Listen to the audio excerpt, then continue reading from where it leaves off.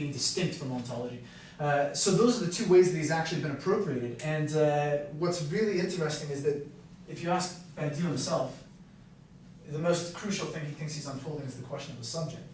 And that's very clear if you read his earliest work, Theory of the Subject, his earliest major work, Theory of the Subject. And it's also clear, I think, in Being an Event, though it seems to be missed, and certainly in Logics of Worlds, his more recent major work.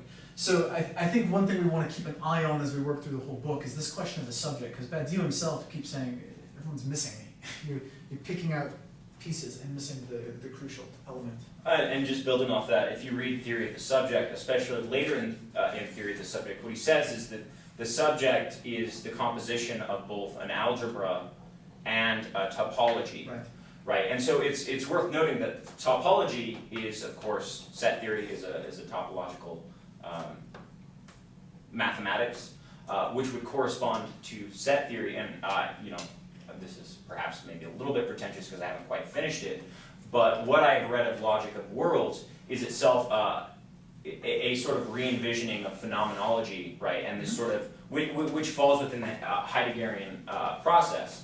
And so, of course. Right, it would be great if you just released the pure post-Cartesian work on the subject, but it's also worth noting that constantly and consistently, which we'll see later in this book, and it's explicitly clear in Theory of the Subject, is that the subject is not always in existence. This is where he differs with Lacan. A subject appears, but what it appears out of is the Heideggerian history of phenomenology, linked, i.e. the algebra, linked with the topology, of ontology, which would be set theory. Yeah. And so it requires a careful read, especially as we'll get into the event itself, that the subject is, if you'll pardon the Lacanian term, a sort of vanishing mediator that arises out of these two particular philosophical, theoretical apparatuses. Yeah. And one way of putting that is that rather than speaking of subjects, we should speak of subjectivizations. It's a process, if you will, a translation, a pointed translation between two distinct realms. I don't like the word realms there. So yeah, and I think that's crucial. And in Theory of the Subject, it's almost as if he tries to do that. Tries to just write that post-Cartesian theory of the subject. But even then, because it's this, he realizes this doesn't really work, which is what he goes on to talk about in the next couple of pages, right? Pages 4 through 6. He's talking about the journey he goes through from writing Theory of the Subject until he gets to being an event, and it's precisely that. He realized the question he's beginning with, and I'm just summarizing pages 4 through 6 here. Right? The question he begins with in the early in the 1970s and early 1980s is the question that. Jacques Miller asked. Thank you. That Jacques Miller asked Lacan, what is your ontology? Right. And that's essentially what Badiou is working on, is what is the ontology here? And he, as he says, he delves into this, he goes to that, tries out mathematics, tries out logic, and somewhere along the way stumbles on possibilities that led to being an event. Could you clarify that just a little bit? I mean, it's at the bottom of page 4 when he says it, right? Where he says, "What is your ontology, or wirely master?" It seems like he's engaging in this sort of inside talk that goes on very much in French philosophy, where we're all supposed to be very much well acquainted with the lecture. Yeah. I mean, it seems to me, at least as reading it, basically he gives them sort of like a non-answer, or just like, that's right, or alludes to this idea. It's like, oh, what is your ontology? Well, it's like, it's not being. It's like, do you mean that in the Badiouist sense, or like what? I mean, do you have some insight on that? On what Lacan meant? Yeah.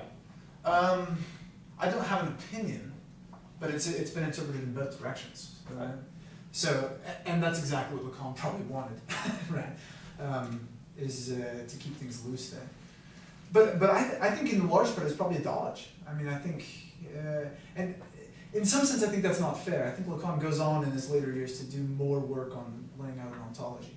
But I don't have any strong opinions. I'm not a scholar of Lacan. Well, I think he makes the point elsewhere that Lacan, like, if we're going to assign tasks to what philosophy is carried throughout the time, Lacan's main thing that he accomplished, according to Badiou, is that he safeguarded the subject throughout postmodernism, post-structuralism, and all this stuff. Yeah. Well, So, if I may. Yeah. I mean, and it's also worth noting that both the conditions that Badiou draws out of from Lacan is like those of Marx and Lenin, which is to say an anti-philosophical position, which is to say a critico-practical sort of disposition, right, or orientation. Just like as Lenin famously said, as we heard in the Althusser lecture, which the RSU has a lecture by Max Stewart on Althusser, right, is that Lenin doesn't want to discuss philosophy, right? Analogously, Lacan does not want to discuss philosophy. What he says constantly and consistently through Creeds is, my goal and my entire purpose and work is to train analysts, Yeah. right? And so it's not a philosophical orientation, it's a critico, practical orientation. Would you say then that via Lenin and via somebody like Lacan then, that both of their projects of analysis, both in the case of dialectical materialism or in this case, this sort of anti-philosophical analytic stance, that what's happening is what is actually termed anti-philosophy is sort of a neutral, desutured philosophy. Like, because I know I know that Badiou at one point talks a lot about how philosophy does itself harm by suturing itself to any particular discourse, yeah. right? So what were your thoughts on that? Why is it that all these anti-philosophical people are really carrying the flag of philosophy? If I'm Yeah. what I would say is, here's where we have to if we want to take Badiou as seriously, we have to rigorously think through his truth procedures. And so in this case, it's very easy to say that, I'll just use Lenin because he's the clearest example. He writes a critique of the critico-empiricists.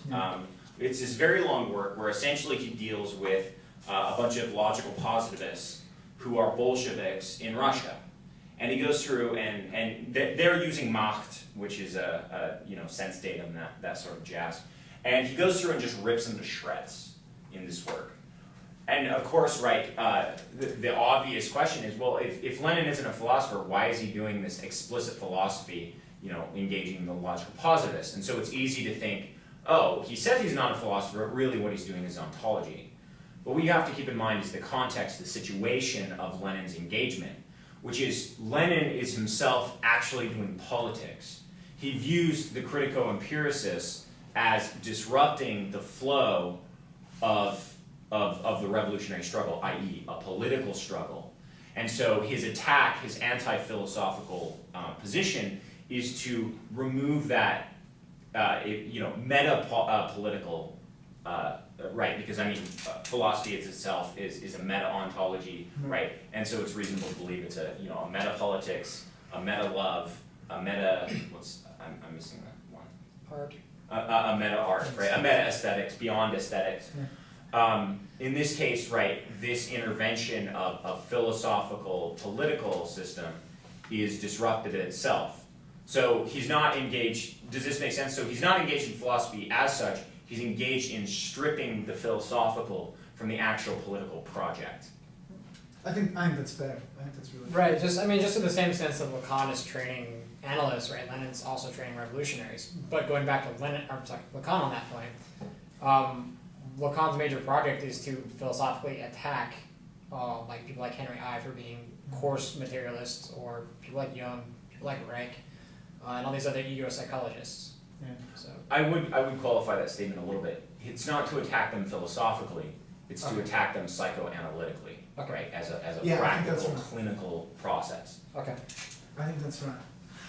Which is why, and I think it's possible to try to read something like Lacan philosophically, but it leads to probably, if you try to read Seminar 20 from Lacan's Seminar as a treatise on ontology, there's plenty of talk of being there, but it would turn in knots more than anything, and Lacan already does, right? It would just be a mess. But if you read him as trying to think through the analytic procedure as an intervention on love, then it's another story. So, is that good enough for getting to the question of being an event? Or do we want to say anything else about that? Does anyone else have anything on the introduction or anything that caught them? Well, just I think the main thing he points out is ever since Plato up to Heidegger, people have been trying to pin down what being is, but philosophers can't answer this question. Which is why he goes to set theory, which I mean, it was sort of the Heideggerian thing. It's like, well, Heidegger has this sort of notion of being, and he wants to. that point here? Well, oh, sorry. Oh yeah, no, you're right. That's on page 3. It's in the introduction, yeah. Yeah, it's on page 3. That is, I meant to mention that. I didn't know if we were skipping through the introduction to the meditation. No, But if we're still in the thanks. introduction, go ahead. Yeah, no, I'm glad you mentioned it because I had accidentally skipped over it. That is a crucial point that for him, philosophers have done ontology but have never been able, until this moment, after the dawn of set theory, to recognize that ontology is mathematics, or that mathematics is ontology.